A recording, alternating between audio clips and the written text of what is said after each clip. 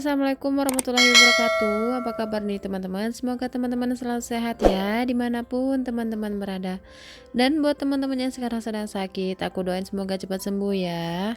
Dan sekarang ini kita sudah memasuki hari kedua bulan Ramadan ya teman-teman. Semoga kita selalu diberikan kesehatan sehingga kita bisa menjalankan ibadah puasa dengan tenang dan tentunya nggak ada kendala ya teman-teman. Nah, walaupun kita berpuasa, kita itu nggak boleh malas-malasan ya teman-teman. Jadi kita tetap harus produktif, melakukan aktivitas fisik, tetap bekerja seperti biasanya, cuman lebih dikurangin aja ya teman-teman, mengeluarkan tenaganya. Jangan terlalu ekstra ya teman-teman, karena kita kan sedang berpuasa, takutnya juga dehidrasi. Nah, ini aku lagi beberes di bagian dapur ya teman-teman. Ini kebetulan dapurnya lumayan kotor. Ini aku mau beberes dulu di dapur mungil aku. Nah, ngomong-ngomong soal dapur, ini aku tinggalnya di kontrakan 3 petak ya teman-teman, lebih tepatnya di daerah Ciledug. Ini ukuran dapur aku ini 1,5 meter ya teman-teman, kali 1,5 meter, jadi bener-bener mungil. Jadi makanya di dapur aku ini barang-barangnya juga nggak terlalu banyak ya teman-teman. Makanya dapur aku nggak ada yang namanya estetiknya, jadi aku seadanya aja, semuatnya aja ya teman-teman, nggak terlalu yang banyak barang, karena emang tempatnya sangat terbatas dan dapurnya juga sempit. Nah, kali ini aku lagi beberes di bagian kitchen set ya teman-teman. Jadi ini karena kitchen set sama kompornya itu terlalu dekat, jadi ini gampang banget kena minyak ya teman-teman, ataupun uapnya itu kan membawa minyak kalau pas lagi masak.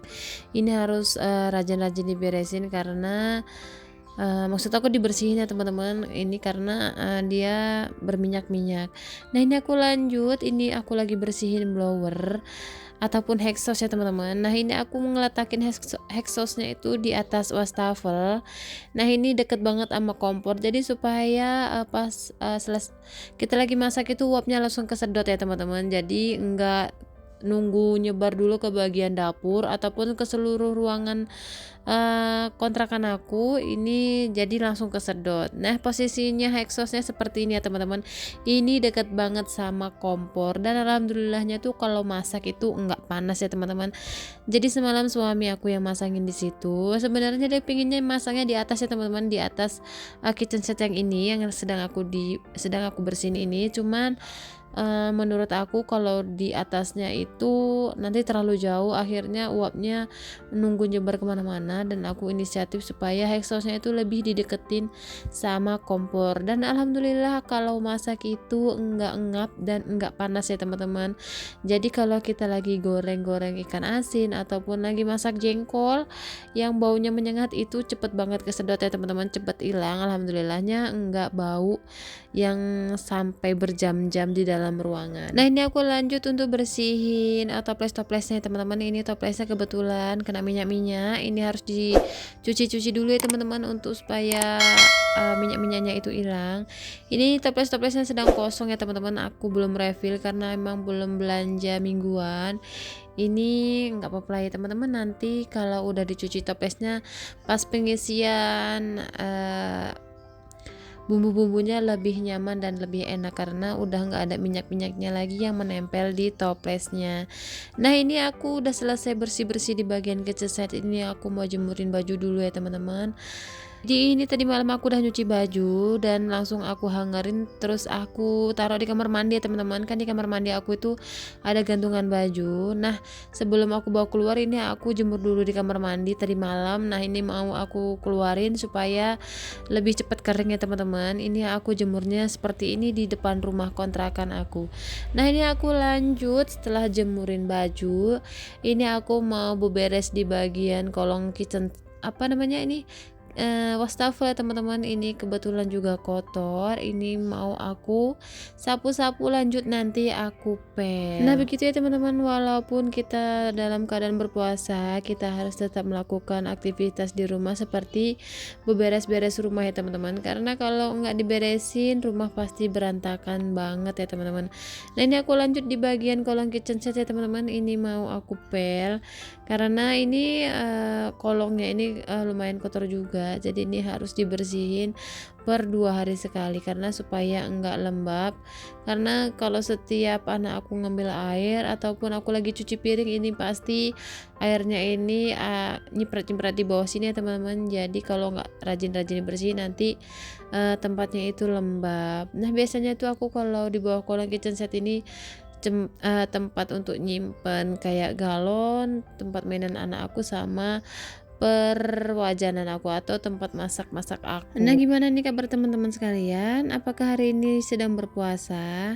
Nah ini ngomong-ngomong soal berpuasa, ini aku baca beberapa artikel manfaat puasa bagi kesehatan tubuh. Yang pertama yaitu menurunkan berat badan, yang kedua menjaga kesehatan jantung, meningkatkan metabolisme tubuh, mengendalikan nafsu makan, meningkatkan fungsi otak, mengendalikan detoksifikasi, menjaga kesehatan kulit dan mencegah jerawat, mengurangi resiko diabetes, membantu menjaga kesehatan mental. Jadi ternyata selama kita berpuasa nggak mendapatkan makanan ataupun asupan minuman, ini banyak banget manfaatnya ya teman-teman untuk kesehatan kita, yang terutama yaitu menurunkan berat badan ya teman-teman. Manfaat itu sering banget dijadikan sebagai metode diet atau yang disebut juga sebagai puasa intermiten. Nah ternyata puasa tapi niatnya sekalian diet ingin kurus, boleh atau tidak? Bukankah niat puasa sekaligus diet itu menjadi puasanya tidak ikhlas karena Allah? Nah di sini tidak jarang ada orang yang berpuasa tapi sebenarnya dia karena ingin kurus ya teman-teman. Terus bagaimana sebaiknya jika puasa tapi ingin sekalian diet atau kurus? Ternyata ada jawaban dari ustadz favorit aku, ustadz idola aku. Jadi dia memberi jawaban kalau puasa sekalian diet itu boleh-boleh saja ya teman-teman. Namun tetap yang utama itu adalah niat puasanya. Jadi niat puasa itu harus ada. Adapun diet itu tambahan, kata Ustadz Buya Yahya favorit aku ataupun Buya Yahya idola aku ya teman-teman. Jadi kesimpulannya orang yang berpuasa niatnya diet sah-sah aja ya teman-teman, yang penting niat puasanya. Jadi kan sayang banget ya teman-teman, udah nggak makan tapi nggak puasa sekalian, sayang dong kalau dietnya. Mendingan diet dapat pahala juga ya teman-teman. Nah tapi apakah pahala jadi berkurang gara-gara diet? Tentu enggak ya teman-teman. Apalagi yang dietnya sehat untuk menjaga kesehatan. Enggak ada larangan bagi orang yang berpuasa dengan niat sekalian diet, tapi tetap jadikan niat puasa yang utama ya teman-teman, serta tidak perlu disebutkan ingin diet saat berniat. Nah sekarang udah dapet jawabannya ya teman-teman. Jadi berpuasa itu tapi ingin diet itu enggak masalah ya teman-teman. Yang penting niat puasanya itu dibenahi, dan ketika membaca niat itu nggak perlu disertakan niatnya pingin diet ya teman-teman, tetap niatnya berpuasa dan insya Allah puasanya itu sah-sah saja. Nah ini aku balik lagi ke video ya teman-teman. Jadi maaf ya teman-teman kalau aku beberesnya sambil memberikan tips ataupun memberikan saran ke teman-teman sekalian ya. Mudah-mudahan video aku kali ini ada yang bisa diambil manfaatnya ya teman-teman. Nah ini aku lanjut beberes, ini aku lagi ngepel ya teman-teman di bagian kamar. Nah enaknya tuh kalau punya rumah unyil, rumah sepetak seperti ini, kalau di bagian nyapu dan ngepel itu pekerjaan yang paling cepet dilakuin ataupun cepet selesai pekerjaannya ya teman-teman, karena emang yang mau dipel itu cuman segaris doang seperti ini ya teman-teman. Jadi yang dipel itu cuma 2 keramik segaris lurus seperti ini, jadi ya cepet selesai ya teman-teman. Nah teman-teman gimana nih pagi ini, apakah udah beberes rumah? Nah biasanya itu teman-teman kalau lagi bulan puasa seperti ini, selesai sahur, selesai sholat subuh, apa nih kegiatannya? Apakah beberes rumah ataukah lanjut tidur lagi? Nah kalau aku ketika selesai sholat subuh ini aku langsung beberes rumah ya teman-teman, mumpung anak-anak sedang tidur.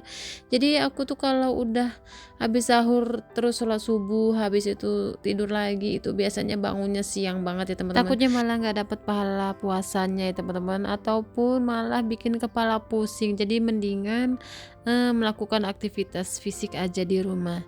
Nah, ini lanjut di video ini aku lagi mau, ngelipetin pakaian ya teman-teman. Ini mau aku taruh di dalam dulu karena ini ruangannya mau aku vakum dulu. Nah, ini aku udah sekitar 1 minggu belum vakum di bagian sofa sama karpet ya teman-teman. Ini kebetulan udah lumayan kotor. Ini aku harus vakum dulu ya teman-teman supaya terhindar dari debu dan lebih bersih. Nah, semenjak aku punya anak kecil-kecil, ini aku rajin banget untuk membersihkan debu-debu yang ada di kamar ya teman-teman, ataupun di bagian ruang tamu supaya nggak ada debu-debunya. Dan kebetulan anak aku itu alergi banget sama yang namanya debu. Jadi kalau udah kena debu itu badannya merah-merah ya teman-teman, dan bersin-bersin. Dan kebetulan aku juga orangnya itu alergi debu. Jadi kalau udah kena debu itu bersin-bersin nggak berhenti-berhenti ya teman-teman. Dan matanya juga merah karena gatal, jadi kayak iritasi gitu ya teman-teman. Makanya rumah aku ini harus selalu terhindar dari yang namanya debu-debu. Nah, makanya aku itu punya jadwal harian untuk beberes-beres rumah ya teman-teman. Jadwal harian, mingguan ataupun bulanan. Nah, seperti yang di video kali ini aku lagi beberes ataupun lagi ngevakumin sofa. Ini biasanya tuh aku jadwal rutinnya itu per seminggu sekali ya teman-teman, ataupun per 4 hari sekali, karena emang tergantung kondisinya juga ya teman-teman. Misal kalau emang udah kotor banget ya bisa 4 hari sekali aku lakuin, ataupun per seminggu sekali aku lakuin, supaya debu-debunya itu enggak menumpuk ya teman-teman. Karena kalau udah menumpuk itu pasti bakalan susah banget dihilanginnya, karena dia bisa nempel ya teman-teman di bagian kain sofanya. Dan itu kalau udah nempel bukan vakum lagi ya teman-teman alat untuk membersihkannya, tapi harus menggunakan kain basah supaya debu-debunya itu yang lengket-lengket di sofa ataupun di kain sofa itu bisa hilang. Dan teman-teman juga bisa menerapkan jadwal untuk beberes-beres rumah ya teman-teman, seperti jadwal harian, mingguan ataupun bulanan. Jadi banyak banget manfaatnya teman-teman, beberes-beres rumah ataupun bersih-bersih rumah. Yang pertama yaitu tentunya untuk menjaga kesehatan kita ya teman-teman, menjaga kesehatan keluarga, meningkatkan kesehatan mental, mencegah serangan hama, perabotan lebih awet, dan yang terakhir meningkatkan efisiensi. Nah, itu ya teman-teman beberapa manfaat kita ketika kita beberes rumah ataupun rajin membersihkan rumah. Jadi selain mendapatkan suasana yang lebih hangat, lebih enak, lebih nyaman, kita juga mendapatkan kesehatan ya teman-teman. Jadi jangan lupa untuk selalu beberes rumah ataupun membersihkan rumah supaya terhindar dari debu-debu. Apalagi kalau kita itu memiliki anak kecil ya teman-teman, kasihan kalau ada debu-debu yang menempel di sofa ataupun di perabotan rumah tangga kita. Kalau kesedot sama anak kecil di hidungnya itu pasti bisa menyebabkan flu ya teman-teman, ataupun penyakit lainnya seperti asma ya teman-teman. Nah, ini aku lanjut ya teman-teman untuk membuka jendela karena ini udah mulai siang. Ini tuh sekitar jam 6 pagi ya teman-teman. Ini alhamdulillah pekerjaan rumah aku udah selesai karena aku beberesnya tadi mulai dari subuh ya teman-teman.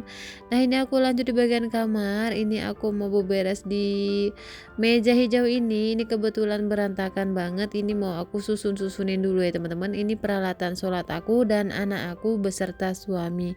Ini tadi habis menjalankan ibadah sholat subuh, lumayan berantakan karena nggak langsung dilipetin ya teman-teman.